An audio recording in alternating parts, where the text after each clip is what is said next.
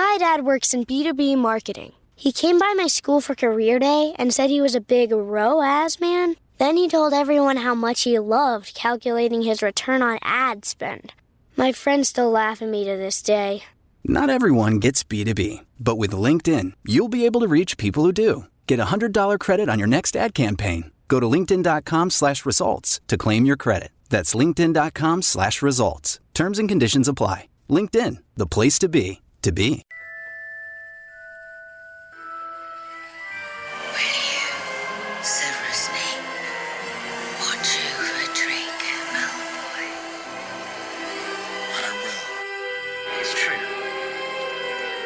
Chosen.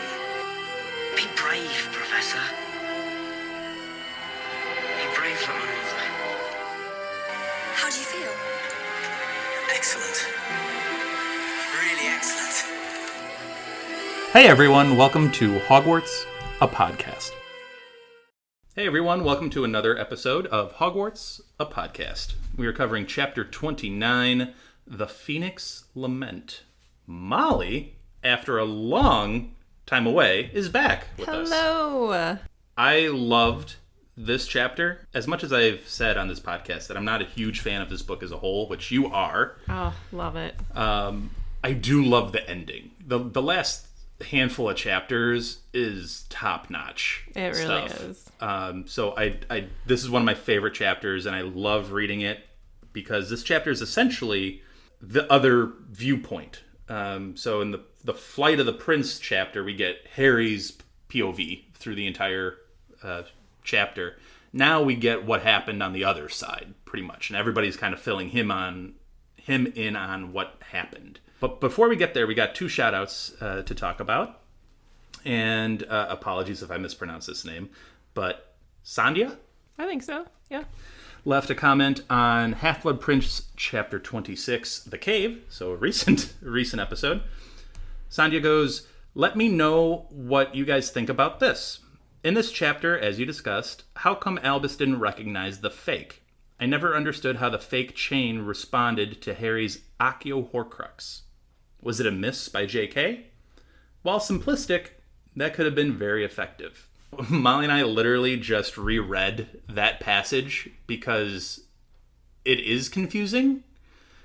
And I think the way it's written, everybody just assumes it mentions the Horcrux actually reacting. And what you think is it's flying to Harry and the Inferi jumps out of the water, grabs it, maybe brings it back to its spot. But that's not technically what it says. So what and I'm guilty. Every single time I read that passage, I'm like, oh, it's definitely like blocking the locket from getting to Harry. Doesn't mention the locket at all. Never mentions the locket reacting at all. It just mentions an Inferi jumps out of the water. So I think what our official stance is I think the Inferi is just reacting to a type of magic that's not intended to be used in that cave being used. Yeah, agreed. If that makes sense. Yes. So I think Dumbledore kind of alludes to there's a way. Voldy wants you to do this his way and his certain way of doing it. And if you do anything else, it might elicit a reaction. And I think that's what it was the Inferi was just reacting to a way that you're not supposed to get that locket. Yeah. But it doesn't mention the locket like zooming out of the basin. It doesn't mention anything like that. So yeah, I think that's where we're at. Yeah, I would say so. If that answers your question, hopefully it does. But thank you for the comment. We really appreciate it. And then second shout out for Tony, who left a comment on Half-Blood Prince Chapter 11, Hermione's Helping Hand. Tony says, "Oh my goodness, I couldn't disagree more with Elizabeth on her perception of Ron with Lavender and Hermione. I think Dan has it more accurately, thank you. Being that I've raised 5 teenagers and 4 of them are boys, Ron is just being oblivious and enjoying attention from Lavender." So Elizabeth was worried that Ron making out with Lavender in public every chance he got she thought it was intentionally hurting Hermione. And I took the other viewpoint of, I think he's just enjoying the moment, and also Lavender is obviously also enjoying the moment, and they're just caught up in them. 100%. Sorry, Elizabeth. Thank you very much, Tony, for the agreement. I really appreciate it. It's a fun little thing to discuss because, those triangles are always interesting to kind of poke at and see what's going on. But Ron and Lavender, I'm sad to see them end. Yeah. They were entertaining. They were annoying, but they still were entertaining. Yeah. And we will miss the break sound as we go to our next book because absolutely, it's one of my favorite break sounds. But anyway, let's get to the actual chapter. We get, like I said, it's basically a different point of view of the Flight of the Prince chapter. We start off with kind of this aftermath of the astronomy tower. It's Hagrid trying to lead Harry away from Dumbledore's body because we pick up right where we left off. And instead of Hagrid being able to get him to budge, it's a softer, smaller, warmer hand that is able to lead Harry away from Albus, and it's Ginny. Yeah. Which he only really recognizes by the scent of her perfume. Ginny leads Harry all the way back to the hospital wing. On the way, Ginny mentions none of the Order are dead. Bill, however, is a bit of a mess. And we'll get to Bill in a second. Neville and Flitwick both hurt, but both are expected to be fine. And there is one Death Eater who is dead after being hit by a random killing curse by the huge blonde Death Eater that was just rifling them off randomly, chaotically everywhere. And she says if they didn't have Felix, they might all be dead. Yeah. Because there's a lot of narrow misses for them. But anyway, we get to the hospital wing finally. And side note, just a little tangent from me here. I have started Hogwarts Legacy. I don't think I told you this yet. No. I actually started Hogwarts Legacy. I'm now fully realizing how long it takes to walk from one part of the castle to the other if that's the mode of transportation you would like to take. I know they have shortcuts and stuff, but... So I'm now appreciating... Like, oh, we walked from the grounds to the hospital wing. I'm like, good for you, because that is a trek. Or we walked all the way to the divination room. I'm like, oh man, that is the astronomy tower. Harry walked from the he ran from the astronomy tower the top of the astronomy tower, all the way down to Hagrid's. Like, that boy's in shape. Yeah, that's crazy. Whew. So anyway. where are you in it? Oh, I just started, so. I have yet to break into the restricted section. I think we're finding a way into that part of the library. Yeah, okay. So you're really early on in it. Very, very early on. Yeah. I just got my wand not too long ago. Ooh. But I have done some, quests. I think, so literally, part of the reason I'm not that far along in this game, sorry for this tangent in this episode, but the reason I'm not so far along is because... I've spent the majority of time just walking around exploring and being like, ooh, that looks cool, or oh, wow, that's so pretty, or, Oh, yeah. In I've the spent world, hours just walking around looking at stuff. Yeah, it's awesome. And the world just keeps getting bigger. It really does. It's and I'm so like, I don't cool. even know how, but it's awesome. Yeah. And I'm enjoying this view of the wizarding world through a different, lens. Elizabeth and I were actually just looking at the game last night, and she wanted to see the library, so I went to the library, and she's like, this is way bigger than I thought it was. And I'm like, I know, right? Like, this, I never pictured the library like that, and it's very, very cool. Or the divination room with the ladder dropping down. It's such a long ladder. In my head, I'm like, oh, the ceiling's only 7-8 feet tall, and you crawl up there. No. It makes sense because it's a castle and the ceiling goes on forever. So it's like a 40-link chain step ladder that you have to get up. But anyway, I digress. But yeah, I'm early on. It's fun. We might do something with it in the future. I'm playing through Ravenclaw House. Nice. And I know you play through Hufflepuff, right? Oh, absolutely. I have found the Hufflepuff common room. Obviously, you can't get into it. Right. But the Ravenclaw common room is gorgeous. Yeah.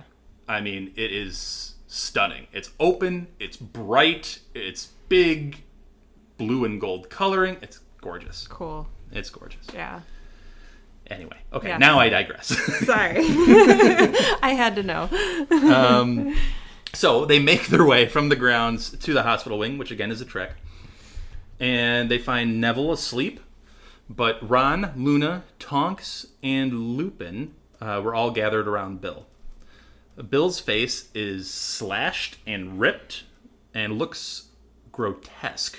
Specifically, grotesque is the word they use, which is vibrant. Lupin notes that these wounds are cursed wounds, and they're unlikely to ever fully heal, and he might have wolfish characteristics if he doesn't have the full werewolf curse on him. But they all turn to Lupin, and Lupin mentions that, this might be a unique situation, being attacked by a werewolf who hasn't exactly turned. I don't know. Yeah. I feel bad for Lupin here because I feel like if they're not looking at Bill, they're looking at Lupin. Right. And even Madame Pomfrey, who's doing her best, is just like, this is a little out of my realm of expertise, but everything I've tried hasn't really made a dent on any of this. Right. All I could do is make him a little bit more comfortable. Mm-hmm. But Ron hopes that Albus has an answer, because clearly word hasn't reached the hospital wing just yet. And Ginny, in her pure Ginny-ness, just says, Dumbledore's dead. Predictably, shock through the room. And, Lupin collapses into a chair, puts his head in his hands, and Harry's a little gassed by that. He's like, I've never really seen Lupin react in such a way. Mm-hmm. Like, it's hard to see so many, adults who you think have everything under control, and then they just lose it a little bit. Yeah. I can imagine it'd be a hard thing to witness for Harry.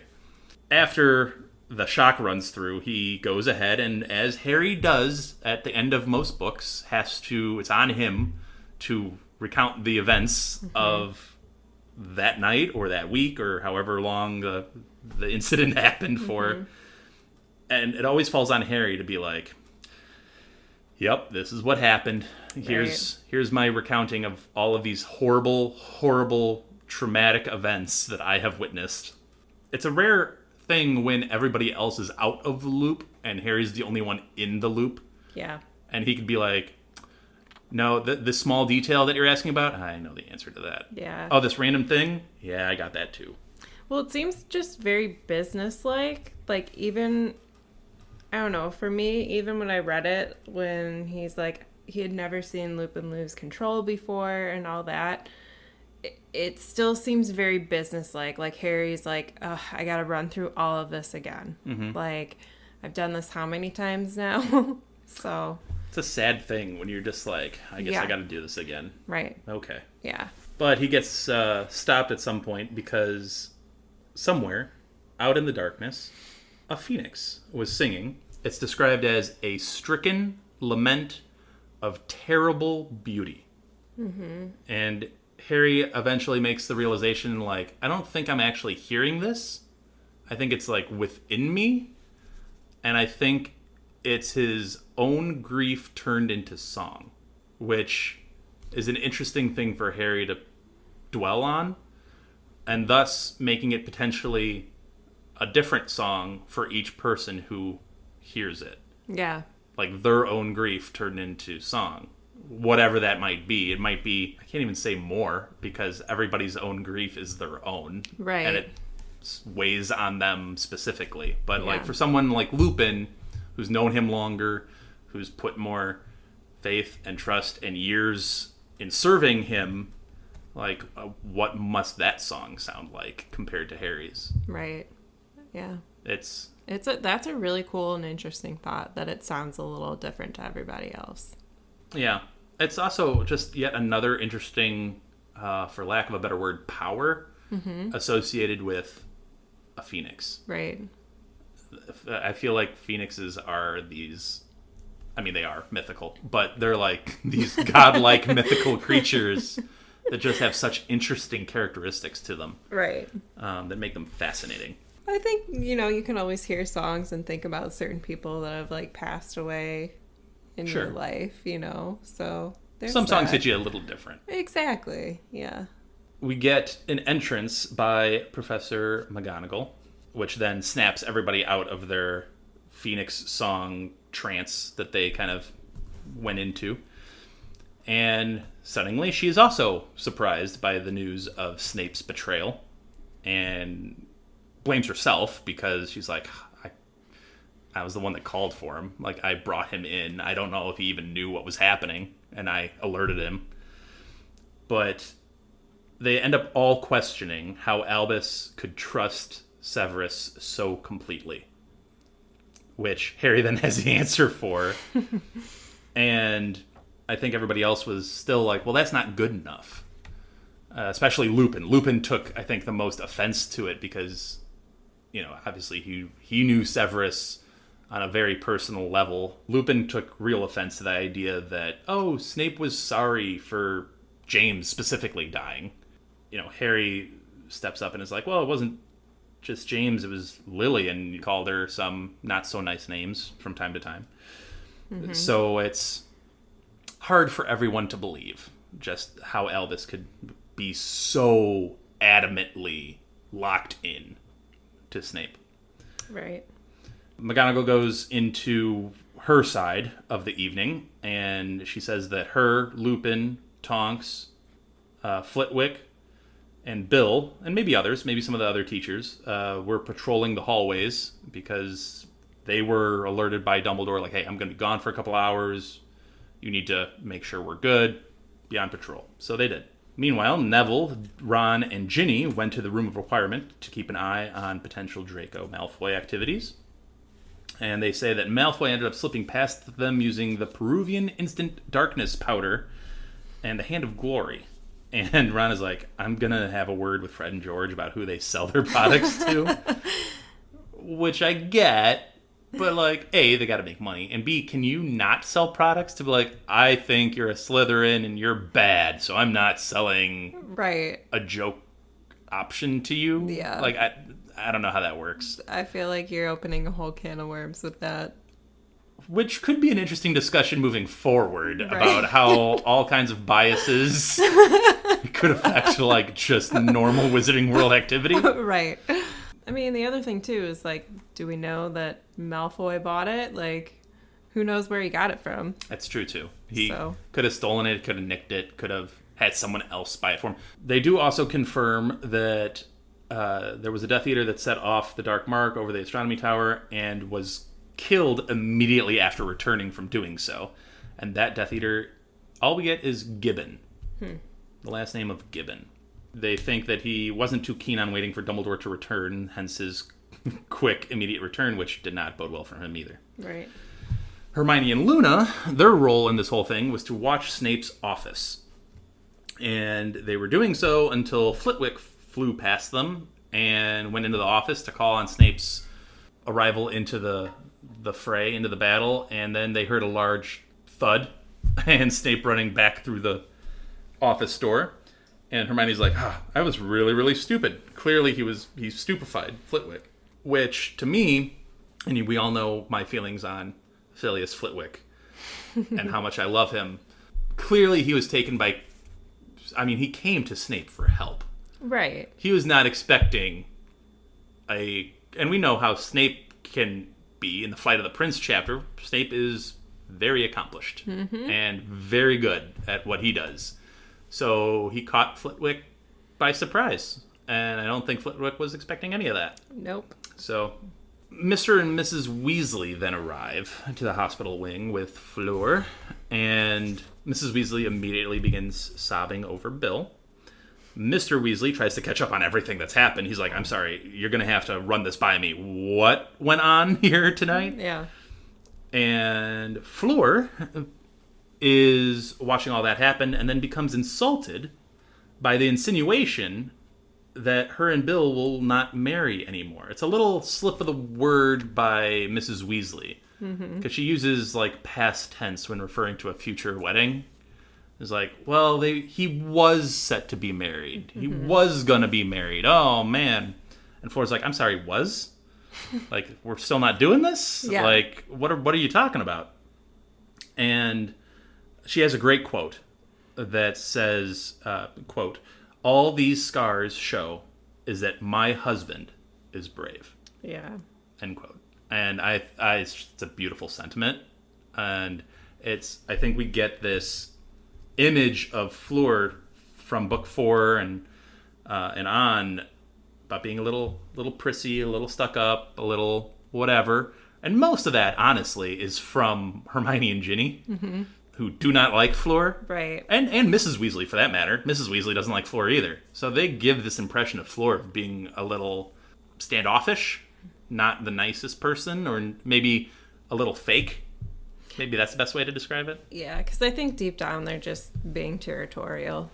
A little bit. They think she's deceiving Bill. With her, like... Vila tendencies. Vila, yeah. Yeah. And I wonder if she can, like, turn that on and off, though. I don't know if she can, though, because I feel like she gets a lot of collateral damage.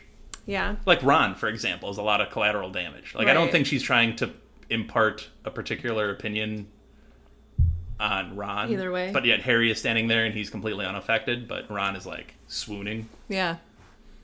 Yeah, that's true. I think she would be attracted to those that show a little bit of resistance to it, like Harry, Bill clearly, of like, I obviously like you, but I'm not like falling over myself to get your attention. Mm-hmm. Like they're playing it a little bit more cool. Right. Of just like, yes, you're beautiful, but okay. Cool, whatever. Yeah. Yeah. So I think their view of Fleur is a little fake, a little, it's a lot of bias against Vila, maybe. Mm-hmm. But here, she's... and, I mean, she does have one of those comments that can maybe be a little insulting, where she's like, oh, I'm beautiful enough for the both of us. Like, we're fine. Like, we're good. We're good still. Right. And, Mrs. Weasley is sobbing like, oh, my beautiful boy, my handsome boy, her firstborn. Her firstborn boy. Molly, you might know something about this. The reason why I was gone for so long is I had a baby, and it's my first boy. Yep. So you maybe connect with a little bit of the Mrs. Weasley emotions here. Yeah, no, totally. It's so funny because like we always talk about like how when we reread things, like our perceptions somewhat change, and now a lot of things have changed, so I'm definitely reading with different eyes a little bit. But I was just like, oh, when she was wiping his face, and it was heartbreaking. Well, she wasn't wiping his face for very long. No. Because Fleur, after hearing that she apparently is not marrying the son anymore, is like, no, I'll take that. I will do it. I got this. And kind of moves Molly away from her firstborn son, and everybody in the room was like, oh no. Like, what is going to happen now? Yep. Like, Molly's going to explode, Molly's going to do something crazy. No, Molly offers Fleur their Auntie Muriel's tiara for the wedding, because it would match Fleur's hair very well. Mm-hmm. She would look good in that tiara. And Flora's like, I think it will. That would be nice. Yeah. And then they suddenly embrace and begin crying.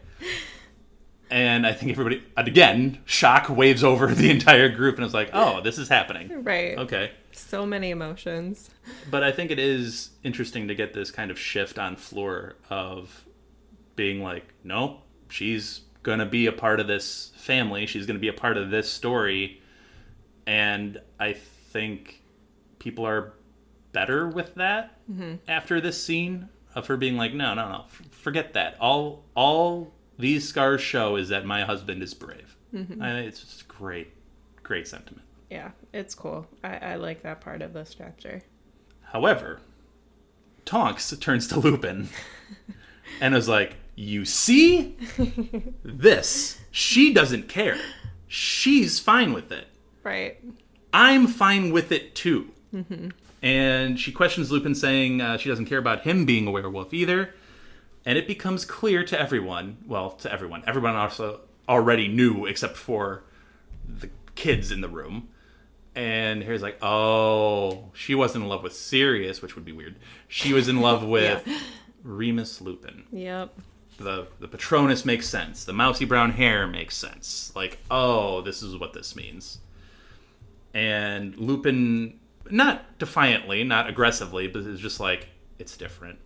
I am what I am, and Bill's not going to be that. He'll be different, but he's not going to be that. And Lupin goes on to say, yeah, I'm too old, I'm too poor, I'm too dangerous.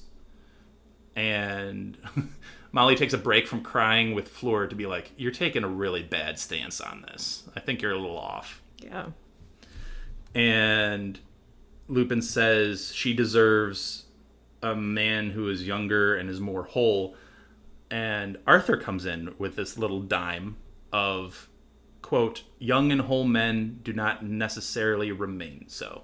And he references Bill on the bed. And I think that's a poignant comment too.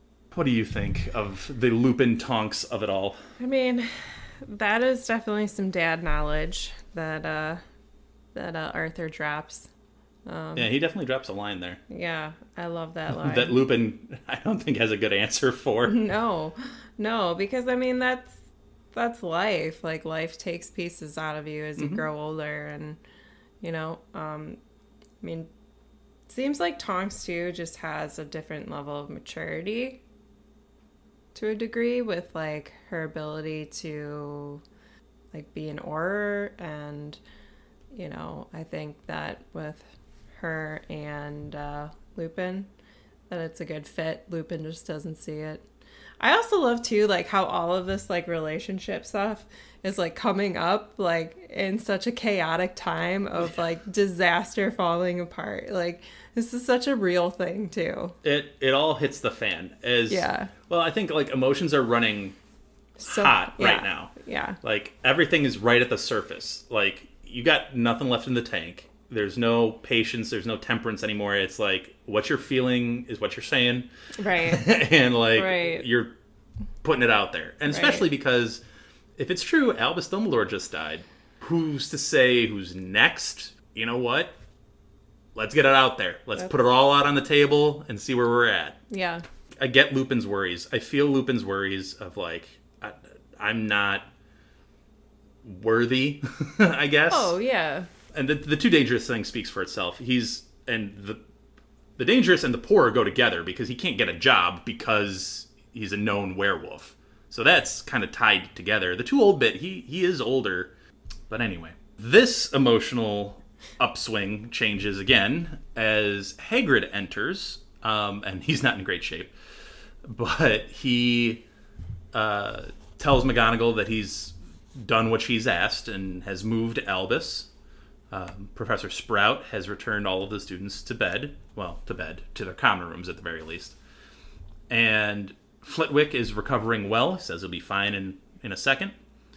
Slughorn has informed the Ministry of Magic of what has happened, and will now take on the role of the head of Slytherin House in Snape's absence. So there's that. He returns to an old post, I believe. I believe he was the head of Slytherin when he was a teacher before. And then McGonagall wants all of the heads of houses and Hagrid to meet her in her office. And that's the next steps. And I feel for Hagrid here, we talked a little bit about like how Harry was trying to tell him outside of his hut, like, hey, this is what happened. And he was like, I can't believe that. Like, I just refuse to believe that any of that actually happened. And I feel like Hagrid's asked to do a lot. And part of the reason is because he's so genuine and trustworthy. He's asked to do some very hard things. Yeah. Through this series that we've seen. I mean, he brings Harry to the house. So, I mean, at the very, very beginning, in the first chapter, like... Right, from the get-go, yeah. Yeah, it's always Hagrid that they asked to go into some tough situations. Before we get to the meeting in McGonagall's office, McGonagall asks for a word with Harry.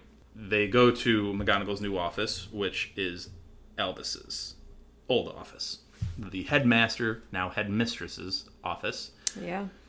And Albus, Harry, I think, expected this, but is also a little taken aback by the portrait of Albus slumbering in a gold frame over the desk. Mm-hmm. And is like, oh, okay, that's a thing. Like, that's a thing now. Also, it happened clearly immediately. Right. So we've talked from time to time about portrait magic, and specifically the headmaster and headmistress's portrait magic. It's clearly instantaneous, and clearly he had this like ready to go at some point.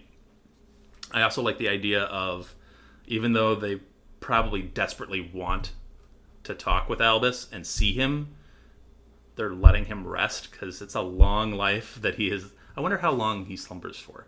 Oh, yeah. Do you think that's relative to the life, like the length of life that he's led? Ooh. Or the hardships that he's had to endure, and he thus slumbers for a longer period of time?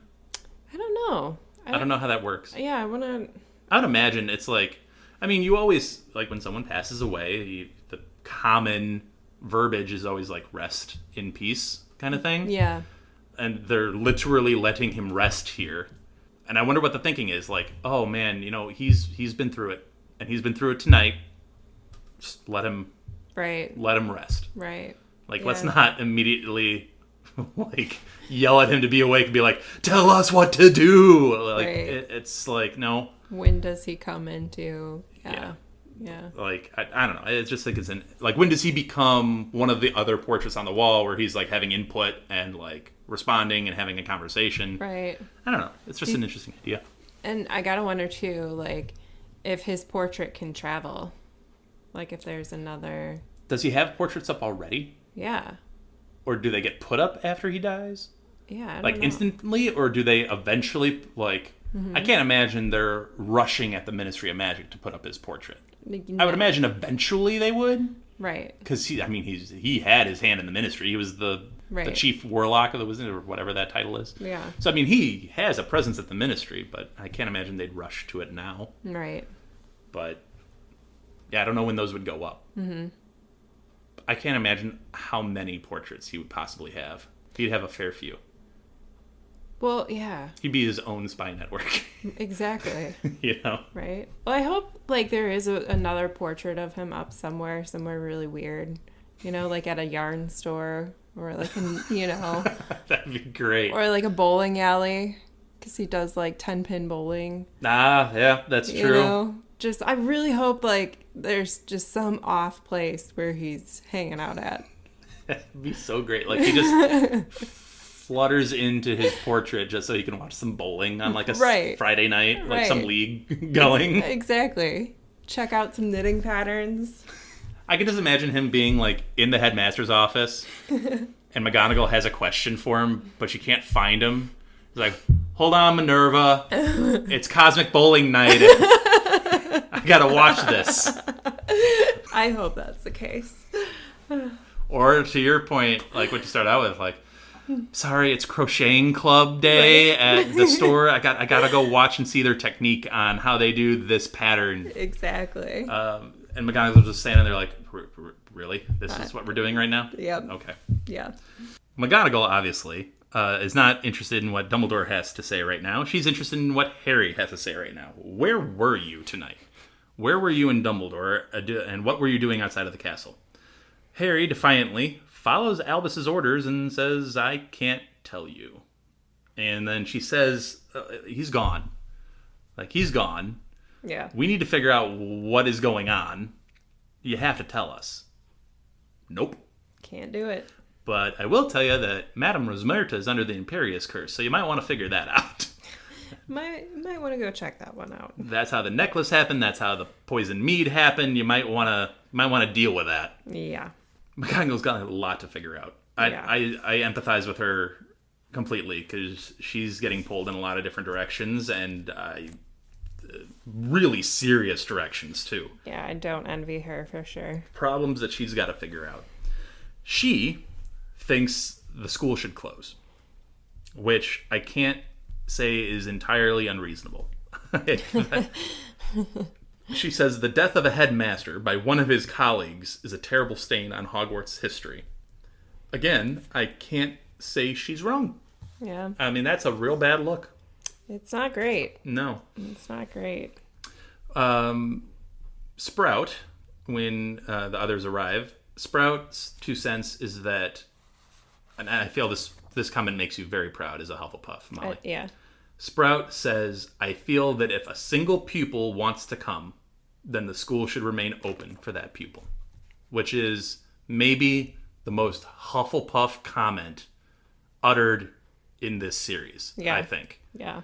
I think it really, like, hammers home that she's Hufflepuff's head of house, and she's embodying what Hufflepuff would want or desire. Yeah.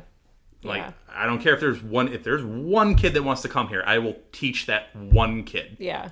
Like, that is fine. I will have a class of 1, and that's fine. Yeah. I love that statement, too. Like, it feels very inclusive. Like, it's like, you know what? Everybody grieves differently. You know, if this kid wants to come in and learn something, we'll be here. Mm-hmm. So.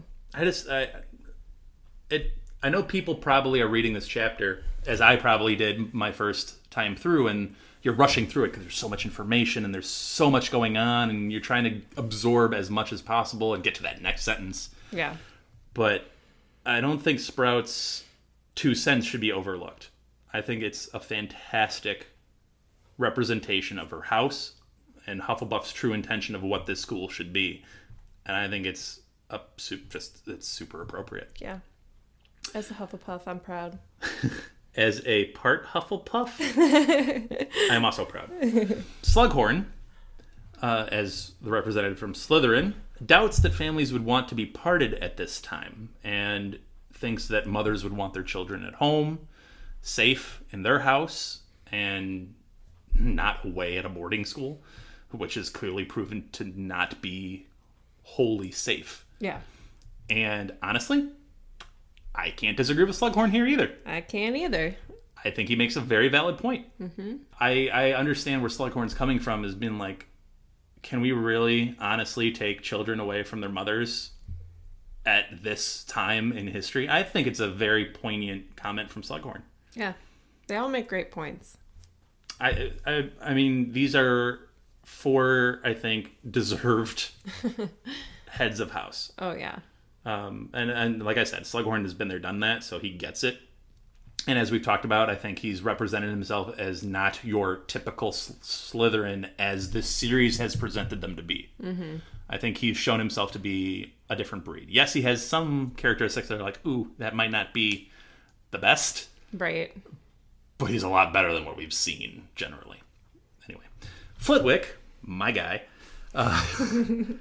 suggests consulting the governors of the school and recommends that there shouldn't be a hasty decision, that we should pause. Very logical. It's a very logical, reasonable way. Very Ravenclaw. It's very stunning. I don't know how Slughorn's point fits into Slytherin's theme at all. I don't think it does. Yeah. Really, but the others seem to fit their house quite well. Because yes, Flitwick is like, hey, let's take a second. Right. Let's talk this out. Let's get some other opinions from people that need to be in the discussion. And then we'll come to a consensus. But making a decision right after the death of Albus Dumbledore is probably a little too quick. So there is a great moment here, too, when McGonagall says, Hagrid, what's your opinion? And Hagrid shies away from it. He's like, this isn't really my place. And McGonagall says that Albus valued your opinion. I do, too. Mm-hmm. And I think that's a great moment in acknowledging Hagrid. And it's a great moment for McGonagall. And as we've all know, if you've listened to all of these episodes, I've had my issues with McGonagall from time to time. Yeah. She is not a perfect person. But I think she does a really good job here of being like, this person was important to Albus. And this person is important to this school for multiple reasons. One, he's a professor here. 2, he's also the groundskeeper. Like, he's in charge of keeping all of this going on the outside. So, I mean, he has say in this. Also, he was involved in the fight too. I mean, he was there fighting, just not in the hallways on the grounds. And he lost something. His hut was burned. Hagrid has reasons to have a voice here. And I thought Hagrid's response was beautiful. It was, well, I'm staying. And if any student wants to have me as a teacher, I will teach that student. It's been my home since I was 13. Yeah. And it will continue to be my home, whether you're teaching kids here or not. I'm staying. Right. And I like how McGonagall takes that all into consideration. She's like, okay, all right, let's deal with the Ministry when they get here, and then we'll make the call. Yeah. I think it's a really well-run meeting by McGonagall, and I think everybody has valuable, pertinent, reasonable insights. Yes. That should all be considered. So, but before Harry gets dismissed, he's like, so what about Albus's funeral? Like, I think the kids have a right to say goodbye if they should desire. Mm-hmm. And, the other heads of houses pipe up and they're like, yeah, that's appropriate. I think we should give the kids a chance, or whoever a chance, to say goodbye if they'd like. Mm-hmm. I mean, Dumbledore was a monumental figure, so we should give them that chance. And McGonagall's like, okay, we'll set that up, and then we'll have the Hogwarts Express come a little early still and take whoever wants to go away. McGonagall does say, well, to be fair, we do have to consult the Ministry of Magic on this, because no other headmaster or headmistress has been buried here. Mm-hmm. And, that's kind of a thing that's different, so we got to consult them. And she notes that it was Albus's wish to be buried there, not in his family's plot or wherever, his family cemetery or anything like that. I think Albus considered this as much of a home as Hagrid did in a lot of different ways, and where he felt safe and comfortable. Mm-hmm. But I do have a question for you, Molly, and it might be a little bit of a controversial question to end this non-spoiler. Okay. Is Albus as meaningful to the students as we're led to believe here? That's a good question, Dan. Not Harry Potter. Take Harry Potter out of this equation. Yeah. Your general, random, Hufflepuff, Ravenclaw student. You're Mandy Brocklehurst. Is Mandy Brocklehurst... You are all about Mandy Brocklehurst. I got to bring her up as much as I possibly can, because the books didn't. So she was a good character. They should have stuck with her. Maybe I'll get on some Mandy Brocklehurst fanfic. Ooh. Yeah, maybe I'll start that up. I think the world of Harry Potter through her eyes. Exactly. What is going on? I think so. I mean, I know he seems a little absent, but clearly he's sending kids to give, random letters to Harry. Letters to Harry, so he's got to be making an impact somehow. Can you imagine if they let students speak at this proposed funeral and been like, what's your memory of Albus Dumbledore? Well, one time he had me deliver a letter to Harry Potter. That was our one and only interaction in my 7 years here. Right. Yeah. He doesn't teach. I could understand if he was a teacher and he taught these kids. But you said the words, I know he was a little absent. Yeah. And I'm not blaming Dumbledore. He's got a lot on his plate. He's the greatest wizard in the world, or was the greatest wizard in the world.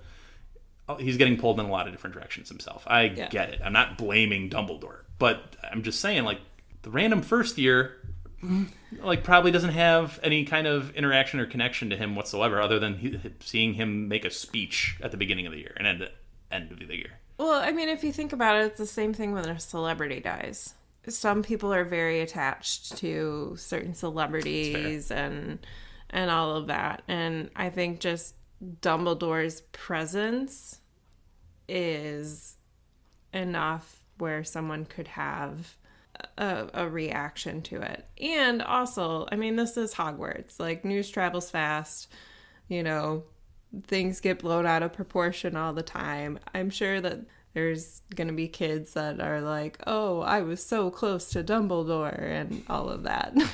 I'm sure that's fair. So, but I mean, in the grand scheme of things, I mean, I do think that he definitely had an impact on students' lives. I think your celebrity comment is pretty accurate. Because I think, like, your random third year Right. probably views him as like, oh, it's Albus Dumbledore. Mm-hmm. Like, okay. Yeah. Like, almost views him as a celebrity, not so much as a teacher or a principal or whatever form or fashion he takes here. Or like the UK people out there when Princess Diana died. Yeah. I mean, she made a huge impact. Or the Queen. Yeah, more the recently. Queen. Yeah. So. That's wow, okay, Molly, you're bringing, all right, that's fair. Yeah, I mean, a lot of people came out for Diana and the Queen when they passed, so I suppose it could be something like that, where maybe you don't have a personal connection to him, but you see him as a constant in your life. Yeah.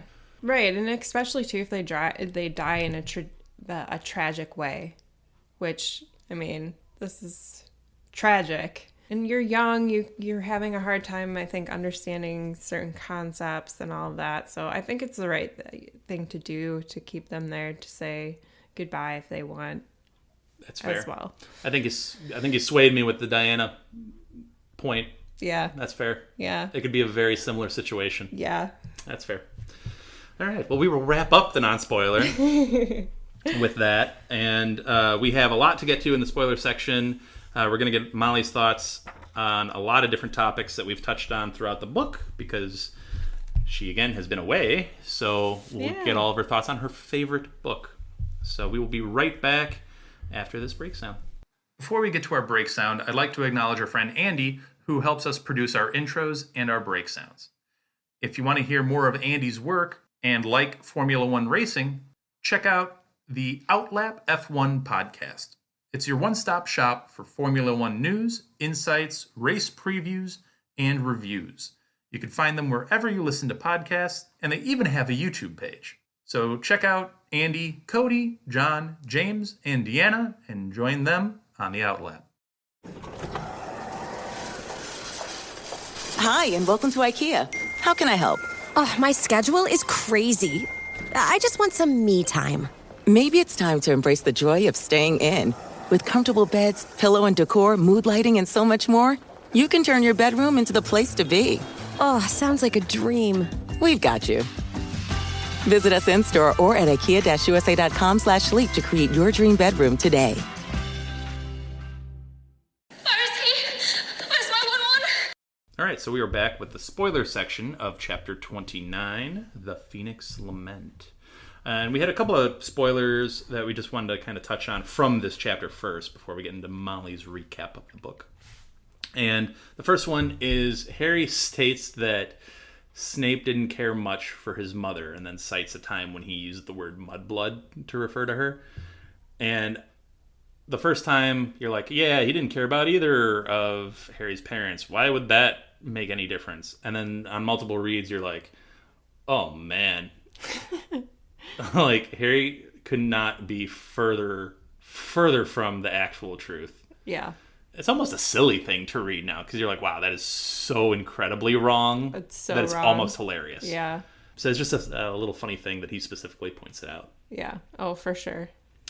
Now, you had an interesting thing you wanted to bring up about Felix.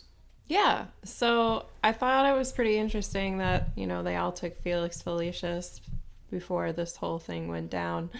And I know that it's like illegal to use in sports, but what about warfare?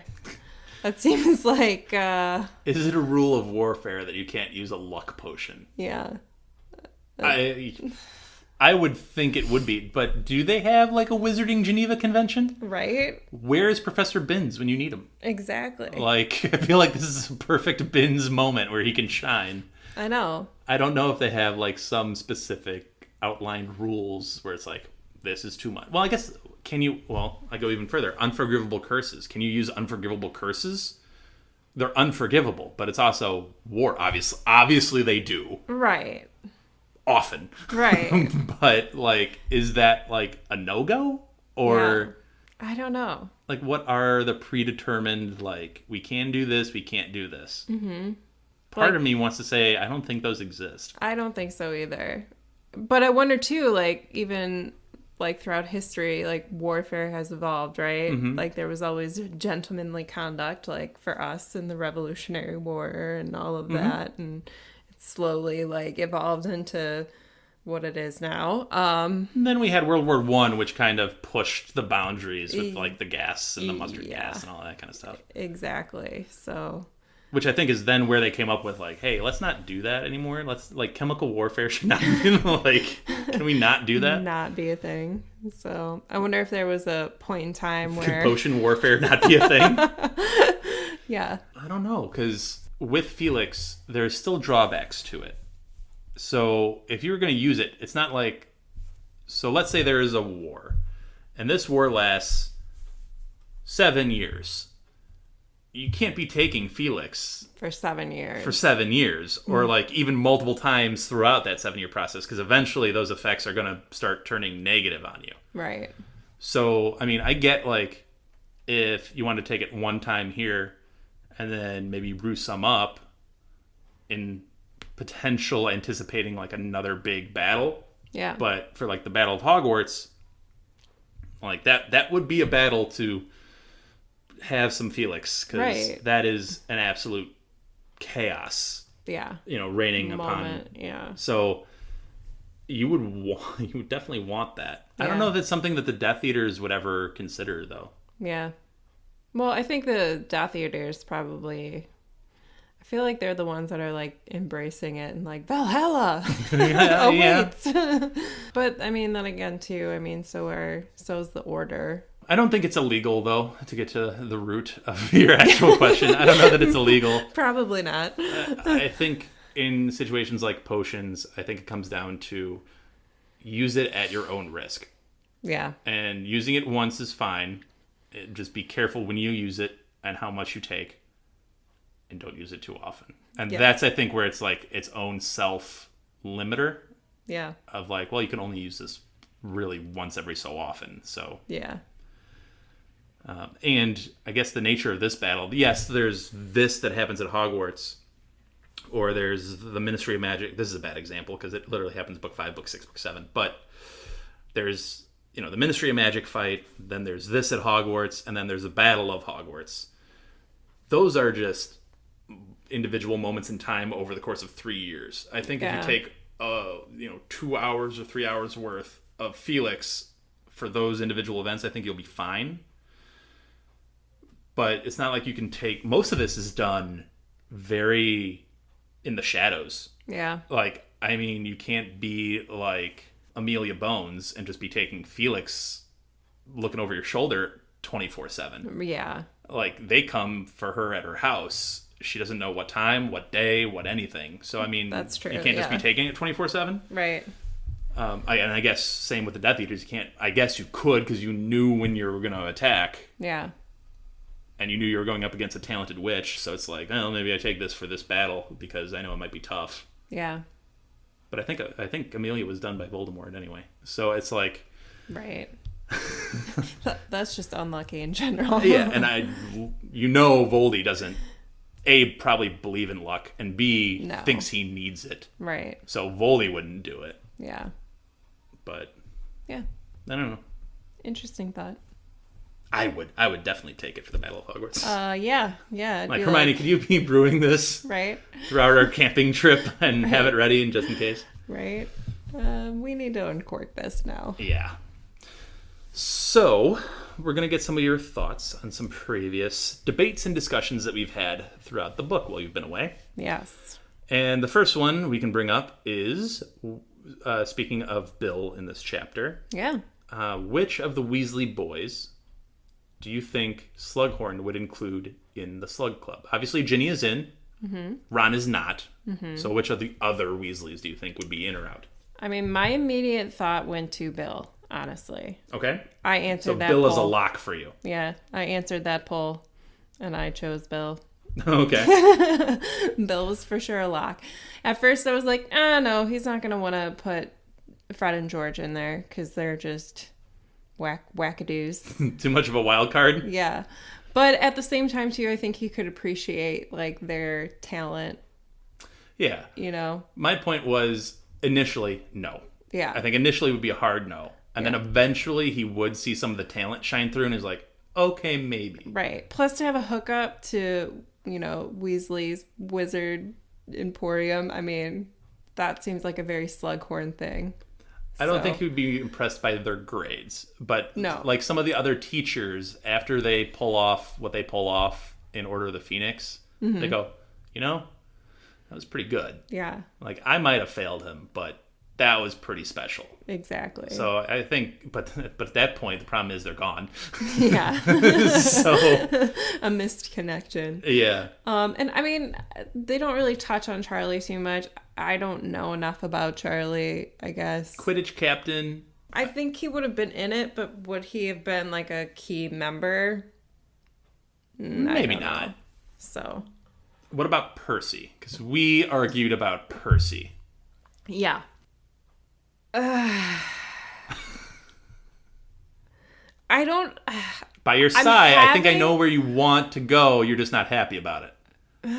So taking my emotions and my feelings out of it, because Percy is not my favorite character. Mm-hmm. I want to say no. But I think Percy might have a chance. The only thing is, like, Percy's just such a brown noser that I feel like he would just want to be in. It's what Slughorn loves. Yeah. He loves the even compliments and all of that. Yeah, but even like. It's not like he can't back it up. He had like 12 owls. Yeah. Yes, he's brown nosing Slughorn, but he's also really smart. Yeah. You might hate him, but he's really smart. Yeah. You might hate him. Slughorn could see he's ambitious. Right. He wants to work at the ministry. Okay, well, Slughorn's like, I like a kid who's smart. Right. Who praises me and has ambition to go get a good job, which is all my... I personally think Percy's like the first kid he goes after. Oh, I don't think he's the first. I think he's the first one. I think he goes after him. I mean, Bill would be a close second because Bill's got everything. Putting my biases aside about Percy and my feelings towards him, I do think he would probably be in. So I just want to clarify because I have poll results, and I think some people are putting their own spin, and it's not whether they are deserving to be in the Slug Club. Yeah. Because I think we can confidently say probably all of the Weasleys, period, deserve to be in the Slug Club. Right. However, that's not what the question is. Yeah. It's who would Slughorn value enough to invite. It's not I want to be, so I'm in. Right. No, it's an invitation from Slughorn to be in the Slug Club. Yeah. See, and I think, out of all of them, with the information that we have about them now and who they are now, and if he's going to invite them into the Slug Club as they are now. So in their like adult Bill forms? 100% I think Slughorn would be out for Bill number one.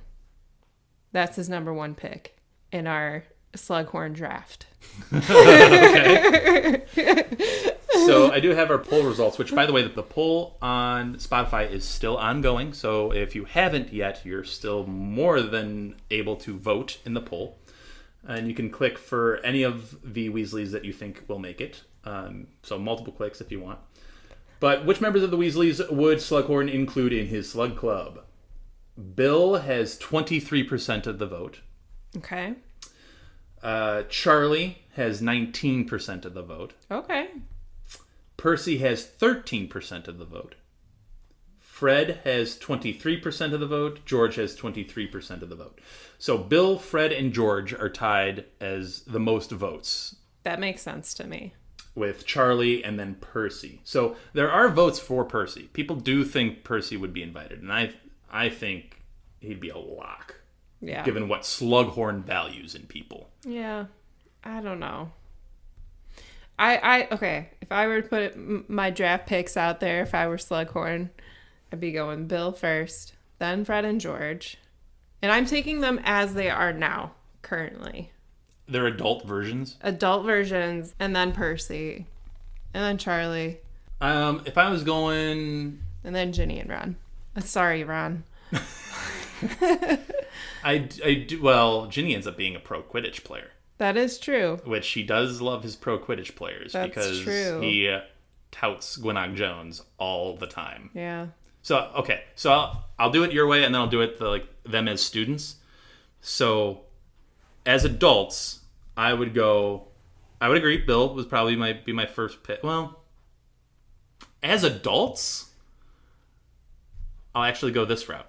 As adults, I would say Ginny first. Oh. Because she's a professional athlete. Okay. Briefly, but a professional athlete. Yeah. Fred and George next. Because they Okay. run a successful business in Diagon Alley and have money. Yeah. Sorry, I'm changing this up as I go. It'd be Ginny, Fred, George, Percy, Bill, Charlie. And then Ron. Poor Ron. Poor Ron. It's just, it is what it is. I know. I love Charlie, but he just works with dragons, which is Right. cool. But as an adult, I don't think Slughorn would value that as much. Well, I don't think that Charlie really has any kind of like high ranking within the dragon world, right? We don't know. We don't know enough Yeah. that I'm aware of. Although he did help supply the dragons for the Triwizard Tournament. True. So, I mean, there is that. Right. So, I mean, he must be well thought of somewhere. Yeah. But- I mean, and you gotta think too, is Slughorn reaching out to Charlie though for ingredients He could. You Or know, he could at least to hope sell to them. have that, yeah. to sell on the black market? And Charlie's got a little mischievous streak, too. I mean, Yeah. he's, Yeah. you know, he's still a Weasley boy. Now, as students, this is where I'd switch up the list. I would go Bill first, Okay. Percy second, Charlie third, Ginny fourth, because she's actually in it. So we Yeah. know that for a fact. Yeah. Then Fred and George, and then Ron. Yeah. Because we know Ron is not in it. Wembley. Yeah. Wimbledon, yeah, nope. Yeah. And the only reason I'm putting Fred and George down is because, again, I don't know that he would recognize their talent until they were on their Right. way out anyway. Mm-hmm. All of them, like we said, are deserving of being in the sub club, but that's not the question. Yeah. So, Okay. I don't know if it's my own biases, but I think a lot of people are biased against Percy. Yeah. And I get it. I understand it. But if I'm looking objectively at Percy, he's got a resume. He does. Like a good one. Yeah. And I think it's hard, too, to take Percy somewhat seriously. Like, why would you take Percy or why would you take Bill and not Percy? They have the same academic resume. Right. One is just cool, and the other one's a dork. But I feel like that makes a difference. Yeah. But the other thing, too, is Percy literally, tried to make himself Bill. Yeah. That's what he wanted to be. Right. His whole benchmark was, I gotta do what he did. Right. But you also have to take into account, how Crouch was with Percy and calling him. Oh, yeah. He wasn't, Yeah.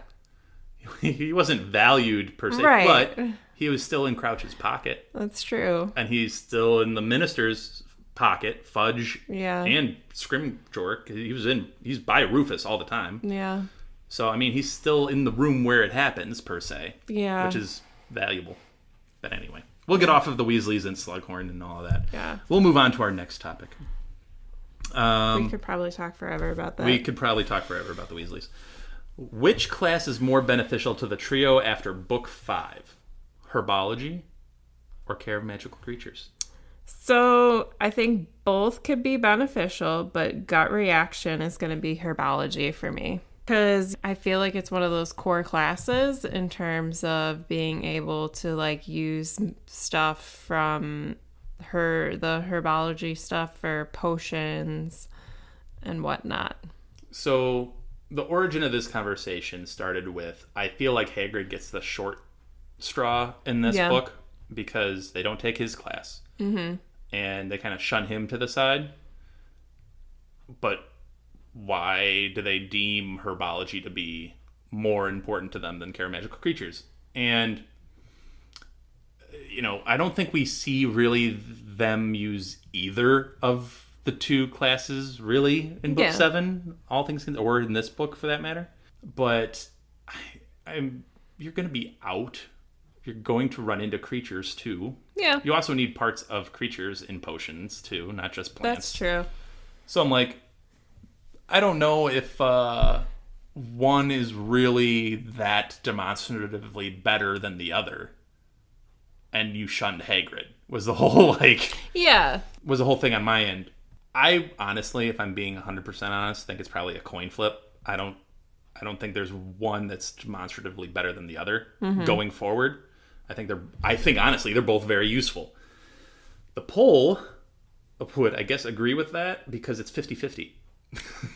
All right. Exactly. It's 50% to 50%. It's the people have spoken. So they're like, Yeah. They're about the same as far as usefulness going forward. And I would want to take both of them because I would too. I like both.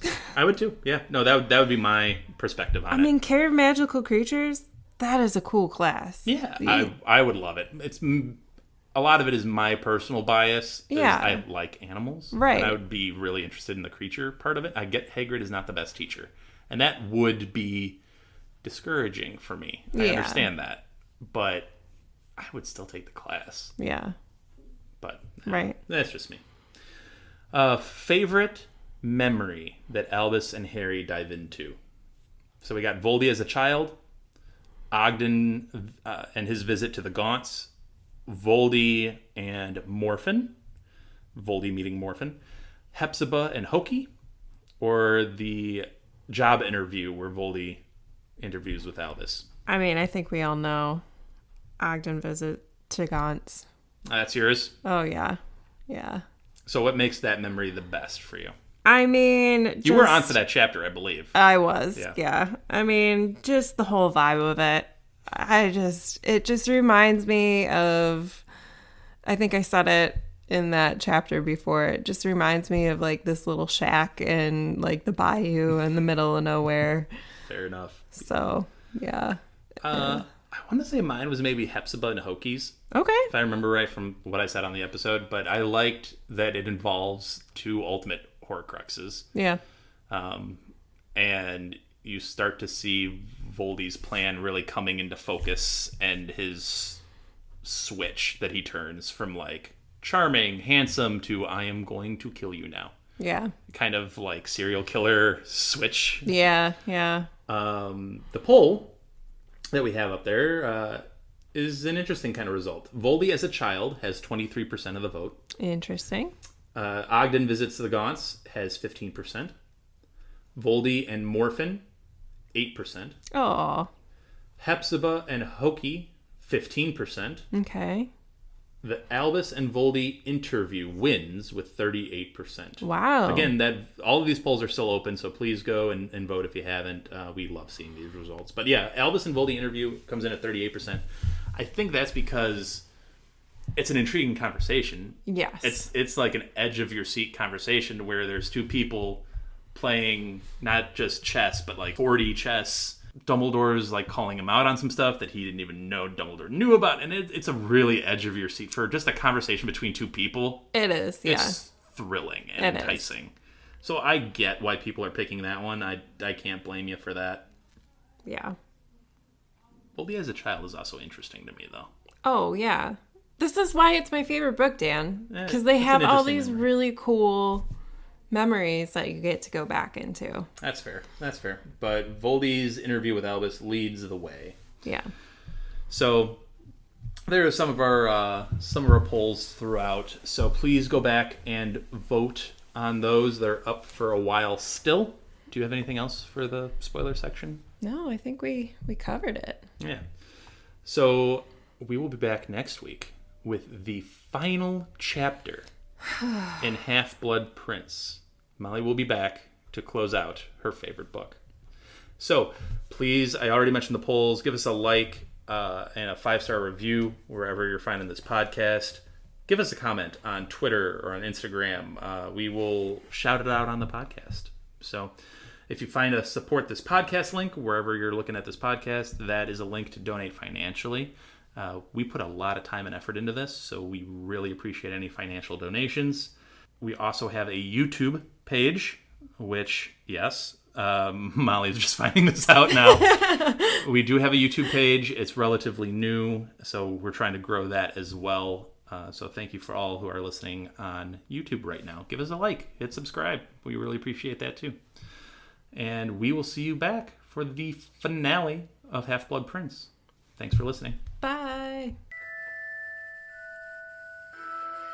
Thank you for listening to Hogwarts, a podcast.